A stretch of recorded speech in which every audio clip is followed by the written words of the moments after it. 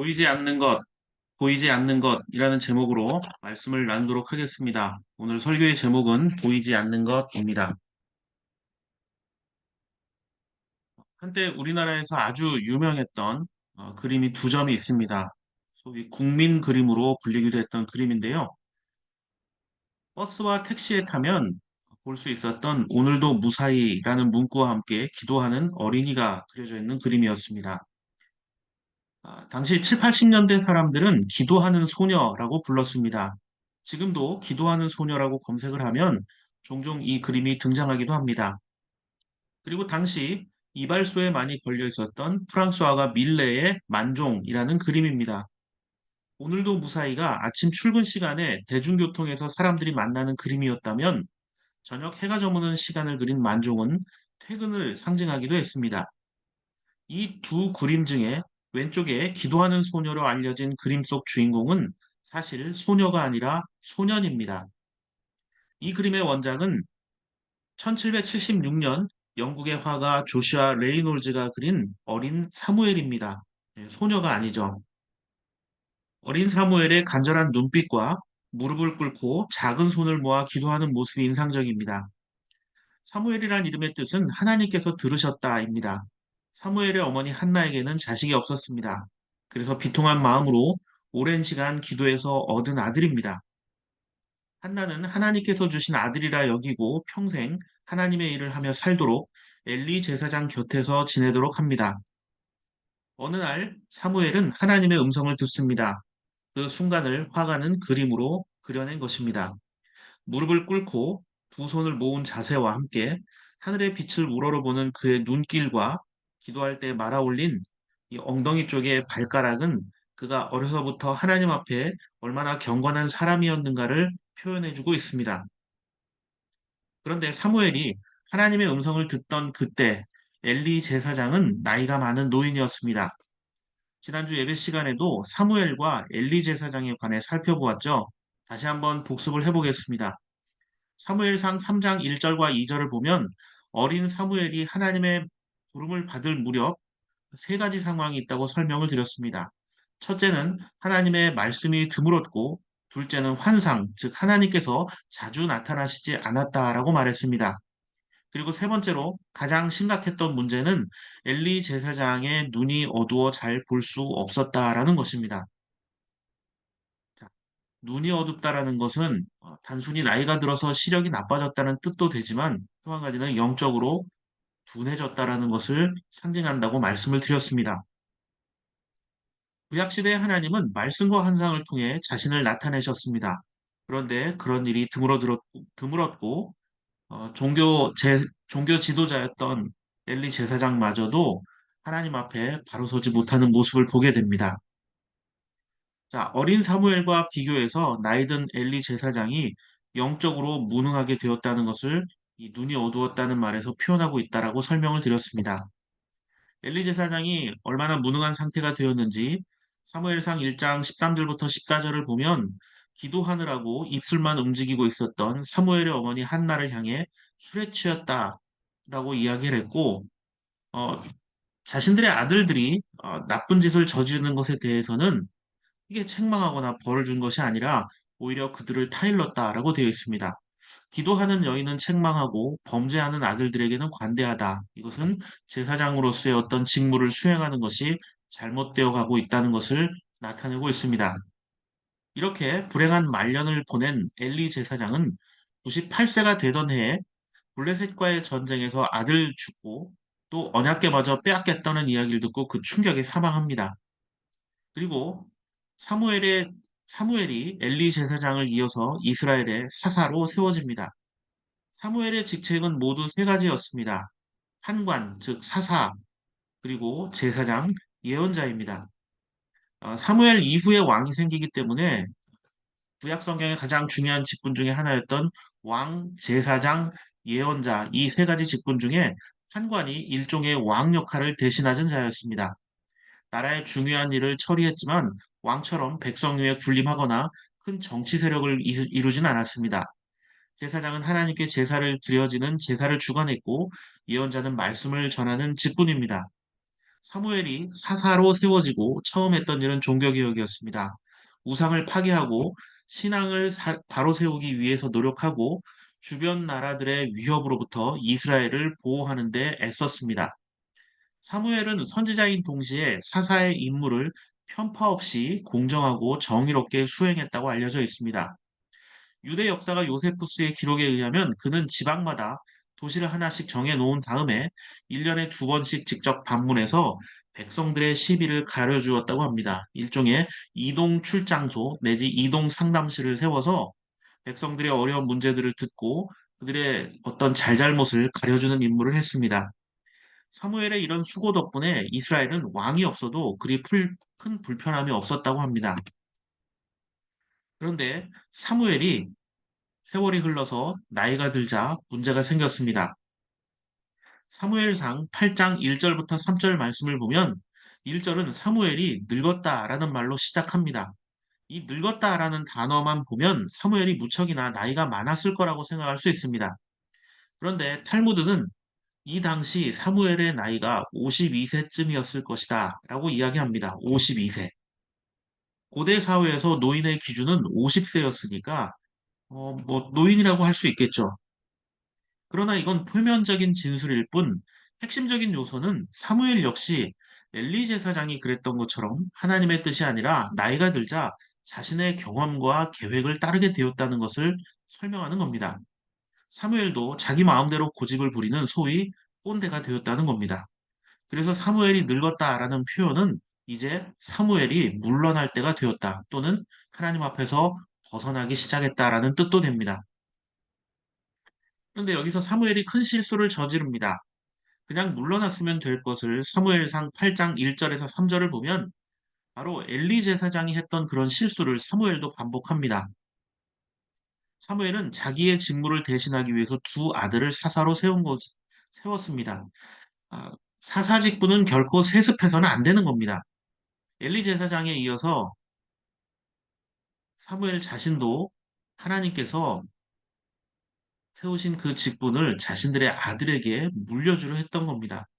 더구나 3절을 보면 그 두 아들은 뇌물을 받고 재판을 했다라고 나옵니다. 이 뇌물에 대해서 성경은 이렇게 경고합니다. 특히나 종교 직무를 수행하는 자들이 뇌물을 받으면 어떻게 될까요? 왕, 선지자, 예언자가 뇌물을 받으면 하나님의 뜻을 왜곡하겠죠. 그런 일 때문에 뇌물을 받는 것은 안 된다라고 경고를 합니다. 출애굽기 23장 8절 너희는 뇌물을 받아서는 안 된다. 뇌물은 사람의 눈을 멀게 하고 의로운 사람의 말을 왜곡시킨다. 자, 그래서 성경에 등장하는 눈이 멀었다. 엘리 제사장도 뭐 사무엘도 눈이 멀었다라는 이런 표현을 하게 된다면 그것은 일종의 뇌물을 받았다라는 것, 또 욕심이 가득했다라는 것을 상징적으로 나타내는 것일 수도 있다는 점입니다. 잠언 17장 23절에서 악한 자들은 그 가슴에 안겨준 뇌물을 먹고서 재판을 그르친다 이렇게 되어 있습니다. 자, 판관이 재판을 하는 자이기 때문에 재판이 잘못될 가능성이 매우 크다는 겁니다. 이처럼 물질과 욕망을 중심으로 삼는 자들에게 하나님의 정의나 진리의 말씀은 불필요한 잔소리나 걸림돌처럼 여겨질 수 있다는 겁니다. 미가서 3장 11절 12절은 또 이렇게 말하죠. 이 도성의 지도자들은 뇌물을 받고서야 다스리며 제사장들은 싹쓸 받고서야 율법을 가르치며 예언자들은 돈을 받고서야 계시를 밝힌다. 그러면서도 이런 자들은 하나같이 주님께서 자기들과 함께 계신다고 큰 소리를 친다. 주님께서 우리와 함께 계시니 우리에게 재앙이 닥치지 않는다라고 말한다. 그러므로 바로 너희 때문에 시온이 밭갈듯 뒤집어질 것이며 예루살렘이 폐허더미가 되고 성전이 서 있는 이 산은 수풀만이 무성한 언덕이 되고 말 것이다. 자, 이스라엘이 망한 이유가 뭡니까? 뭐 여러 가지 이유가 있겠지만 가장 큰 이유는 하나님의 뜻을 온전히 전하고 하나님이 우리의 왕 되심을 전해야 할 이런 지도자들이 타락했기 때문이다라는 겁니다. 가장 공정하고 정의로워야 할 이 세 직분의 직임자들이 하나님께서 기름 부어 세우신 지도자, 제사장, 예언자가 욕망에 빠져서 뇌물을 받고 돈말 밝히면 결국 하나님께서 밭을 갈듯 엎어버릴 것이다라고 말합니다. 사무엘의 아들들 역시 이런 상태가 되었다는 겁니다. 이들의 행태에 분노를 느낀 이스라엘 사람들은 사무엘에게 몰려와 문제를 해결해 달라고 항의합니다. 오늘 첫 번째 본문 사무엘상 8장 4절과 5절 말씀을 보면 사람들은 사무엘에게 몰려와서 두 가지 문제점을 제기합니다. 하나는 사무엘이 자신들을 예전처럼 돌봐줄 수 없을 정도로 너무 나이가 들었다는 것이고, 또 다른 하나는 사무엘이 자신의 직분을 감당하라고 세워준 아들들이 지금 사무엘이 세운 뜻과는 정반대로 간다는 것이었습니다. 그러니 아예 이방 나라들처럼 왕을 세워달라고 요구합니다. 자, 이 말을 한 번이 아니라 몇 번을 반복을 합니다. 자, 왕을 세워달라. 사무엘은 죽지 않았고 그 아들들이 사무엘의 직무를 대신하고 있는데 백성들은 왕을 세워달라고 요구합니다. 무슨 뜻이죠? 일종의 촛불 집회가 열리는 겁니다. 사무엘을 탄핵하고 그 가문을 멸망시키고 그들을 대신해서 다른 정치 권력을 세우겠다라는 뜻입니다. 일종의 백성들이 사무엘을 향한 반기를 든 셈입니다. 사무엘의 두 아들들이 또 얼마나 악한 짓을 했는지 유대 역사가 요세푸스는 유대 고대사란 책에서 이렇게 말합니다. 이들은 더러운 이익과 뇌물을 받기 위해 불의를 서슴지 않았으며 진리에 따라 판결하기보다는 뇌물을 받고 편파적인 판결을 내리기를 주저하지 않았다. 더욱이 이들은 사치와 향락을 즐기기를 매우 좋아했다. 결국 이들은 첫째로는 하나님의 뜻에 어긋나는 행동을 한 것이었으며, 둘째로는 백성들이 의롭게 살도록 하기 위한 온갖 수고와 정성을 아끼지 않는 아버지 사무엘 선지자의 뜻에 어긋나는 행동을 한 것이었다. 자, 그들은 더는 하나님의 종이나 말씀을 따르는 자들이 아니었습니다. 단순히 사무엘의 아들들만 그랬을까요? 어쩌면 우리도 이런 욕망에 쉽게 사로잡혀서 하나님 뜻보다는 내 생각과 내 뜻에 따라 살 때가 더 많지 않은가 돌이켜볼 수 있어야 합니다. 사무엘의 두 아들이 그런 자였지만 어쩌면 우리 자신도 각자의 계획대로 하나님 말씀과는 상관없는 그런 삶을 살아갈 때가 있지 않습니까? 그런데 사무엘에게 찾아와 왕을 세워달라는 백성들 역시 사무엘이 아니라 또 다른 정치 권력을 세우고 싶어 했다라는 점입니다. 이스라엘에 왕이 없었던 이유가 무엇일까요? 사사기 8장 2장, 사사기 8장 22절, 23절 말씀을 보면 기드온에게 사람들이 왕이 되어 달라고 요청을 하는 내용이 등장합니다. 그러면서 우리의 왕, 우리의 통치자, 우리를 다스리실 분은 오직 하나님이다라고 기드온이 타일러서 결국 이 사건이 무마되지만 당시 사람들은 어떤 뛰어난 지도자를 보고 그가 우리의 왕이 되어서 우리 대신 전쟁을 하고 이방인들을 정복하고 많은 재화를 얻을 수 있도록 요구하는 일들이 비일비재했을 것이라는 점입니다. 사무엘에게 찾아온 이스라엘 사람들은 지금 그러한 사실을 망각하고 있는 겁니다. 하나님이 우리의 왕이시고 우리의 통치자였다. 우리를 다스리실 분은 오직 하나님이다라는 것을 이스라엘 사람들은 기억하지 않고 외면했던 것입니다. 그래서 왕을 세워달라고 말합니다. 첫 번째 보면 사무엘상 8장 6절부터 7절을 보십시오. 6절에는 사무엘이 마음이 상해 주님께 기도드렸다 이렇게 되어 있습니다. 자, 마음이 상하다라는 말은 분노나 격정에 휩싸여서 몸이 떨리는 상태를 말합니다. 당시에 사무엘이 얼마나 화가 났는지 마음이 상했다라고 표현을 하고 있습니다. 요세푸스는 이런 기록을 또 남겼는데요. 그는 이런 백성들의 말에 가슴이 찢어지는 것 같아서 음식을 먹을 생각도 잠을 잘 생각도 하지 못했다. 그는 이런저런 생각으로 잠도 제대로 자지 못하고 뜬 눈으로 밤을 지샜다. 자, 자신은 여전히 살아있는데 이스라엘 백성들이 와서 왕을 세워달라고 말합니다. 당신 이제 나이 들었으니 물러가라. 이렇게 말하면서 왕을 세워달라. 사무엘은 나라가 망하는 것보다 더 두려운 마음에 사로잡힙니다. 하나님을 인정하지 않는 백성들을 보면서 마음이 찢어지는 것 같았을 수 있고요. 또 한 가지 이유는 나를 물러나라고 하다니, 나를 죽은 사람 취급하다니 하면서 분노했을 수도 있다는 점입니다. 자, 사무엘이 어떤 마음 상태였건 지금 몹시 불편하고 불안한 상황에 잠을 못 잘 정도가 되었다라는 점입니다. 그러면서 사무엘은 왕이 세워지면 당신들에게 이런 불행이 닥쳐올 것이다 라고 경고를 합니다. 그래서 사무엘상 8장 11절부터 18절 말씀을 보면 경고가 등장하는데 왕이 세워지면 남자들은 전쟁에 동원될 것이고 딸들은 왕을 위한 노동을 하게 될 것이고 왕이 필요하다면 백성들의 재산을 또 가축을 또 남녀 종들을 취해갈 것이다. 뺏어갈 것이다. 그때 너희들의 재산이 탈취당하고 너희들이 고생을 하면서 이제 우리에게 왕이 필요 없다고 울부짖어도 하나님은 응답하지 않을 것이다라고 경고합니다.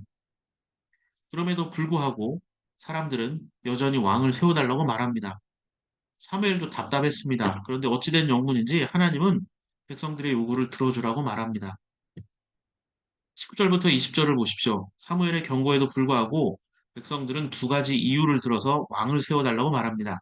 20절을 보면 첫째가 이방 나라들처럼 이렇게 말합니다. 이방 나라들처럼. 남들 다 하는 거 우리도 하자. 우리만 지금 왕 없는 나라다. 그리고 두 번째는 그 왕이 우리를 다스리게 해달라라는 겁니다. 왕을 중심으로 전쟁을 하자는 겁니다. 두 가지 모두 눈에 보이지 않는 하나님보다 눈에 보이는 왕이 필요하다고 하는 겁니다. 창세기 11장에 등장했던 바벨탑의 사람들과 같습니다. 저들이 하나님의 말씀과 하나님을 향한 믿음을 잊어버렸기 때문입니다. 믿음의 사람은 눈에 보이는 왕이나 뭐 소위 요즘으로 말하면 대통령 같은 사람이겠죠. 정치인이나 연예인이나 유명한 종교 지도자를 믿고 숭배해서는 안 됩니다. 왜냐하면 사람은 다 똑같은 하나님 앞에 죄인이고 구원받아야 하는 존재이기 때문입니다. 마지막으로 두 번째 본문인 고린도후서 4장 18절은 믿음의 사람이 어떻게 살아야 하는지 이렇게 말씀하고 있습니다. 우리는 눈에 보이는 것을 바라보는 것이 아니라 보이지 않는 것을 바라봅니다. 보이는 것은 잠깐이지만 보이지 않는 것은 영원하기 때문입니다. 우리가 예수 그리스도를 믿고 살아간다, 믿음으로 살아간다 말할 때 우리는 세상에 속하지 않았다라는 것을 기억해야 합니다. 우리는 하나님을 믿는 자들입니다. 하나님께 사랑을 받고 하나님께서 우리의 존재를 소중히 여겨주시는 분이십니다. 눈에 보이는 것, 이 땅에서 내가 취하고 싶고 남들에게 와, 부럽다라고 생각하는 것들 모두가 다 영원한 것이 아니라 이 땅에서 잠정적이고 유한한 것들이 뿐입니다. 언젠가 사라질 것들이고 모두 하나님 앞에 구원을 얻는데 중요한 것은 없습니다. 그러나 하나님과 그 사랑과 하나님 주시는 생명은 영원합니다. 언제나 영원하신 하나님을 기대하며 바라보고 살아가는 저와 여러분들의 삶이 되기를 바랍니다. 엘리 제사장도 사무엘 사사도 하나님 앞에 욕심에 눈이 멀었을 때 그들이 사람들에게 반대를 당하고 배척을 당하고 실수를 했습니다. 우리도 그럴 수 있습니다. 그러나 하나님께서는 우리를 영원한 하나님의 자녀로 삼아주시고 믿음으로 살아가도록 말씀을 통해 깨닫게 하시고 성령 하나님께서 우리와 함께 하실 것입니다. 세상 눈에 보이는 것, 내가 볼 때 좋은 것이 아니라 언제나 하나님의 뜻을 구하고 하나님과 더불어 동행하며 살아가는 저와 여러분들의 삶이 되기를 바랍니다.